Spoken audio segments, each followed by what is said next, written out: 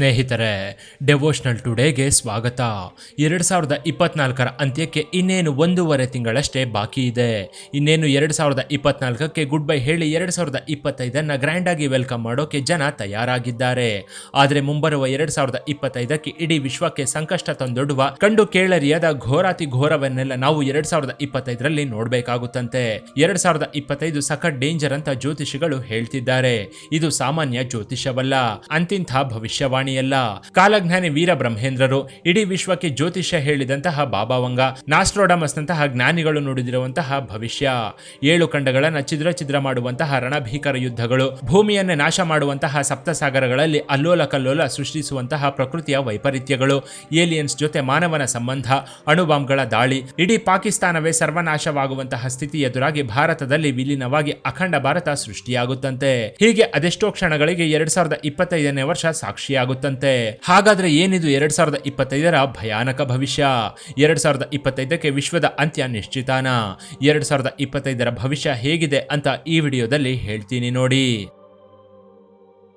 ಈ ಹಿಂದೆ 2012ಕ್ಕೆ ಭಯಾನಕವಾದ ಪ್ರಳಯವಾಗುತ್ತೆ, ಇಡೀ ವಿಶ್ವವೇ ಸರ್ವನಾಶವಾಗುತ್ತೆ ಅಂತ ಭವಿಷ್ಯವಾಣಿಗಳು ಹೇಳಿದ್ವು. ಅದಕ್ಕೂ ಮೊದಲು 2000ನೇ ಇಸ್ವಿಯಲ್ಲಿ ಈ ಜಗತ್ತಿಗೆ ಕೊನೆಯ ವರ್ಷ ಅಂತಾನು ಹೇಳಿದ್ರು. ಇದೀಗ ಕಲಿಯುಗದ ಅಂತ್ಯಕ್ಕೆ ಮುಂಬರುವ 2025ನೇ ವರ್ಷ ಎಂಟ್ರಿ ಪಾಯಿಂಟ್ ಅಂತ ಹೇಳ್ತಿದ್ದಾರೆ. ಹಾಗಾದ್ರೆ ಈ ಜ್ಯೋತಿಷವನ್ನ ನಂಬಬಹುದಾ, ಇಲ್ಲ ಈ ಹಿಂದೆ 2 ಭವಿಷ್ಯಗಳು ಸುಳ್ಳಾಗಿದ್ದು ಇದು ಮತ್ತೊಂದು ಸುಳ್ಳು ಅಂತ ನಂಬಬೇಕಾ? ಇದಕ್ಕೆ ಕಾಲವೇ ಉತ್ತರ ಕೊಡಬೇಕು. ಆದ್ರೆ 2024ರ ಅಂತ್ಯಕ್ಕೆ ಇನ್ನು 1.5 ತಿಂಗಳು ಬಾಕಿ ಇದ್ದು ಈ ದಿನಗಳಲ್ಲಿ ಜಗತ್ತಿನಾದ್ಯಂತ ಏನೆಲ್ಲ ನಡೆಯುತ್ತೆ, 2025ಕ್ಕೆ ಕಾಲಿಟ್ಟ ಮನುಷ್ಯ ತನ್ನ ಸರ್ವನಾಶದೆಡೆಗೆ ಹೇಗೆ ಸಾಕ್ತಾನೆ ಅನ್ನೋದನ್ನ ಪೋತಲೂರಿ ವೀರಬ್ರಹ್ಮೇಂದ್ರರು, ಬಾಬಾ ವಂಗ, ನಾಸ್ಟ್ರೋಡಮಸ್ ತಮ್ಮ ಭವಿಷ್ಯವಾಣಿಯಲ್ಲಿ ಬಹಳ ಸ್ಪಷ್ಟವಾಗಿ ಹೇಳಿದ್ದಾರೆ.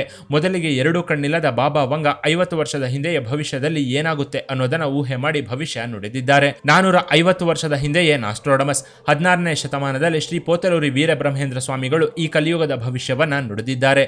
ಈ ಮೂವರು ನುಡಿದಿರುವ ಅದೆಷ್ಟೋ ಘಟನೆಗಳು ಈಗಾಗಲೇ ನಡೆದಿವೆ, ನಮ್ಮ ಕಣ್ಣ ಮುಂದೆ ನಡೆಯುತ್ತಿವೆ. ಹೀಗಿರುವಾಗ ಆ ಭವಿಷ್ಯವಾಣಿಯನ್ನ ಸುಳ್ಳು ಅಂತ ಹೇಳಲು ಆಗ್ತಿಲ್ಲ. ಈ ಮೂವರು ಹೇಳಿರುವ ಭವಿಷ್ಯವಾಣಿ ಬೇರೆ ಬೇರೆಯೇ ಆಗಿರಬಹುದು, ಆದರೆ 2025ರ ಭವಿಷ್ಯವಾಣಿಯನ್ನ ಮೂವರು ಒಂದೇ ರೀತಿ ನುಡಿದಿದ್ದಾರೆ. ಮುಂಬರುವ ಅತಿ ಭಯಾನಕ ಅಪಾಯಗಳ ಬಗ್ಗೆ ಮೂವರ ಅಭಿಪ್ರಾಯವೂ ಒಂದೇ ಆಗಿದೆ. ಇದೇ ಭವಿಷ್ಯವಾಣಿ ಈಗ ಆತಂಕವನ್ನ ಸೃಷ್ಟಿಸಿದೆ. ಈ ಮೂವರು ಕಾಲಜ್ಞಾನಿಗಳ ಭವಿಷ್ಯದ ಪ್ರಕಾರ 2025ರಲ್ಲಿ ಯುರೋಪ್ನಲ್ಲಿ ಭಯಾನಕ ಯುದ್ಧ ನಡೆಯುತ್ತೆ.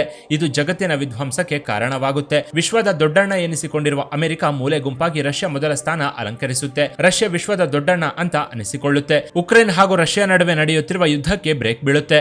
ಆದ್ರೆ ಕೆಲ ದಿನದಲ್ಲೇ 2ನೇ ಬಾರಿಗೆ ಮತ್ತೆ ಯುದ್ಧ ಆರಂಭವಾಗುತ್ತೆ. ಈ ಬಾರಿ ರಷ್ಯಾದ ದಾಳಿ ಅತಿ ಭಯಾನಕವಾಗಿರುತ್ತೆ. 2025ರಲ್ಲಿ ಮುಸ್ಲಿಂ ದೇಶಗಳು ಕಾಲ್ಕೆರೆದು ಯುದ್ಧಕ್ಕೆ ನಿಲ್ಲುತ್ತವೆ. ಮುಸ್ಲಿಂ ದೇಶಗಳ ಒಗ್ಗಟ್ಟಿನ ಹೋರಾಟಕ್ಕೆ ಭಾರತ ದೇಶದಲ್ಲೂ ತಲ್ಲಣ ಸೃಷ್ಟಿಯಾಗುತ್ತೆ. ಭಾರತದ ಶತ್ರು ರಾಷ್ಟ್ರವಾದ ಪಾಕಿಸ್ತಾನ ಚೀನಾ ಜೊತೆ ಕೈ ಜೋಡಿಸಿ ದಾಳಿ ಮಾಡುತ್ತಂತೆ. ಐರೋಪ್ಯ ದೇಶಗಳು ಯುದ್ಧದಲ್ಲಿ ಒಂದಾಗ್ತವೆ. ಕಂಡು ಕೇಳರಿಯದ ಸಾವು ನೋವು ರಕ್ತಪಾತವಾಗುತ್ತೆ ಅಂತ ಬಾಬಾ ವಂಗ, ನಾಸ್ಟ್ರೋಡಮಸ್ ಭವಿಷ್ಯವನ್ನ ನುಡಿದಿದ್ದಾರೆ. 2025ರಲ್ಲಿ ಗ್ರಹಾಂತರ ಜೀವಿಗಳು ಭೂಮಿಗೆ ಬರ್ತವಂತೆ. ಏಲಿಯನ್ಸ್ ತಮ್ಮ ಶಕ್ತಿ ಹಾಗೂ ತಮ್ಮ ತಂತ್ರಜ್ಞಾನವನ್ನ ಜನರಿಗೆ ಪರಿಚಯಿಸ್ತವಂತೆ. ಮೊದಲಿಗೆ ಗ್ರಹಾಂತರ ಜೀವಿಗಳ ದಾಳಿ ಭೂಮಿಯಲ್ಲಿ ಸರ್ವನಾಶವನ್ನೇ ಸೃಷ್ಟಿಸುತ್ತಂತೆ. ಬಳಿಕ ಟೆಲಿಕಮ್ಯುನಿಕೇಶನ್ ಗ್ರಹಾಂತರ ಜೀವಿಗಳು ಹಾಗೂ ಮನುಷ್ಯನ ನಡುವಿನ ಸಂಬಂಧವನ್ನ ಗೆಳೆಯನ್ನಾಗಿ ಮಾಡುತ್ತಂತೆ. ಇದು ಹೊಸ ಯುಗಕ್ಕೆ ದಾರಿ ಮಾಡಿಕೊಡುತ್ತಂತೆ. ಮಾನವರು ಒಂದು ಹೊಸ ಎನರ್ಜಿಯನ್ನ ಕಂಡುಕೊಳ್ತಾರಂತೆ. ಹೀಗೆ ಬಾಬಾ ವಂಗ ಹಾಗೂ ನಾಸ್ಟ್ರೋಡಮಸ್ ನುಡಿದಿರುವ 2025ನೇ ವರ್ಷದ ಭವಿಷ್ಯ ಜನರ ಎದೆ ಬಡಿತವನ್ನ ಹೆಚ್ಚಿಸಿದೆ. ಈ ನಡುವೆ ಭಾರತದಲ್ಲಿ ವೀರಬ್ರಹ್ಮೇಂದ್ರ ಸ್ವಾಮಿಗಳಂತೆ ಕಾಲಜ್ಞಾನ ಬರೆದಿರುವ ಅಚ್ಯುತಾನಂದರ ಭವಿಷ್ಯವಾಣಿಯು ಬೆಚ್ಚಿ ಬೀಳಿಸುವಂತಿದೆ.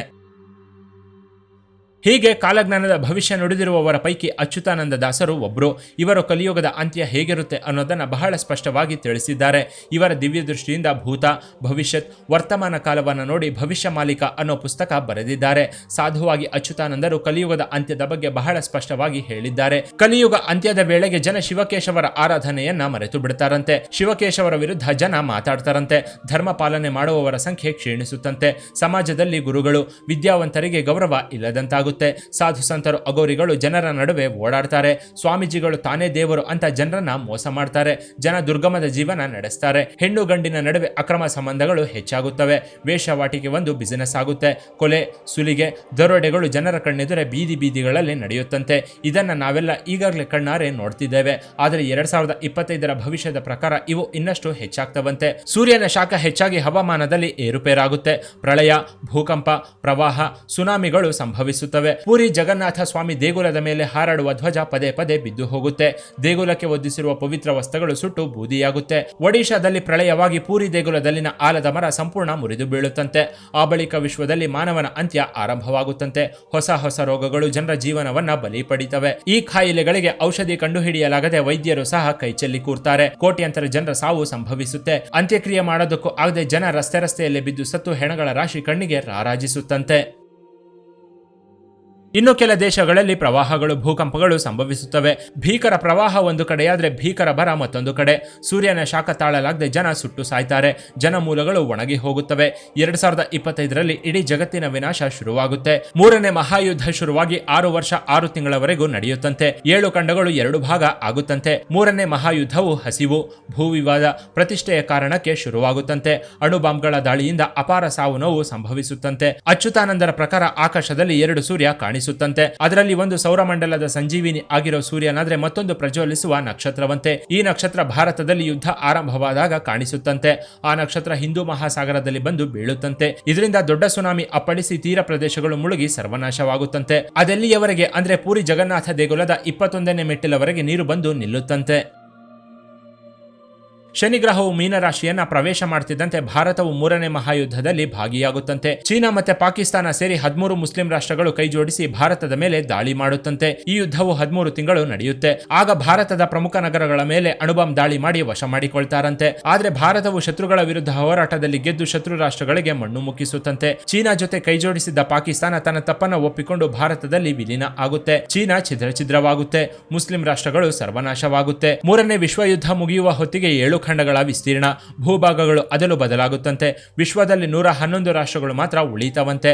ಆಗ ಎಲ್ಲಾ ರಾಷ್ಟ್ರಗಳು ಸನಾತನ ಧರ್ಮವನ್ನ ಸ್ವೀಕರಿಸಿ ಅಖಂಡ ಭಾರತ ಇಡೀ ವಿಶ್ವಕ್ಕೆ ಯಾಜಮಾನನಾಗಿ ಮುನ್ನಡೆಸುತ್ತಂತೆ. ಅಲ್ಲಿಗೆ ಕಲಿಯುಗ ಅಂತ್ಯವಾಗಿ ಸಾಧು ಒಬ್ಬ ರಾಜನಾಗಿ ಆಳ್ವಿಕೆ ಶುರು ಮಾಡ್ತಾನಂತೆ. ಆತ ಬೇರೆ ಯಾರೂ ಅಲ್ಲ, ಶ್ರೀ ಮಹಾವಿಷ್ಣುವಿನ 10ನೇ ಹಾಗೂ ಕೊನೆಯ ಅವತಾರವಾದ ಕಲ್ಕಿ. ಹೀಗೆ ಕಲ್ಕಿಯು ಅವತಾರ ತಾಳ್ತಿದ್ದಂತೆ ಅಧರ್ಮದಿಂದ ಧರ್ಮದ ಕಡೆ ಜನರನ್ನ ಕೊಂಡೊಯ್ತಾನೆ. ಹೀಗಂತ ಭಾರತದ ಕಾಲಜ್ಞಾನಿಗಳು ಈಗಾಗಲೇ ಭವಿಷ್ಯವನ್ನ ನುಡಿದಿದ್ದಾರೆ. ಹೀಗಾಗಿ ಮುಂದಿನ ವರ್ಷ ಏನಾಗುತ್ತೋ ಅಂತ ಕಾದು ನೋಡಬೇಕಿದೆ.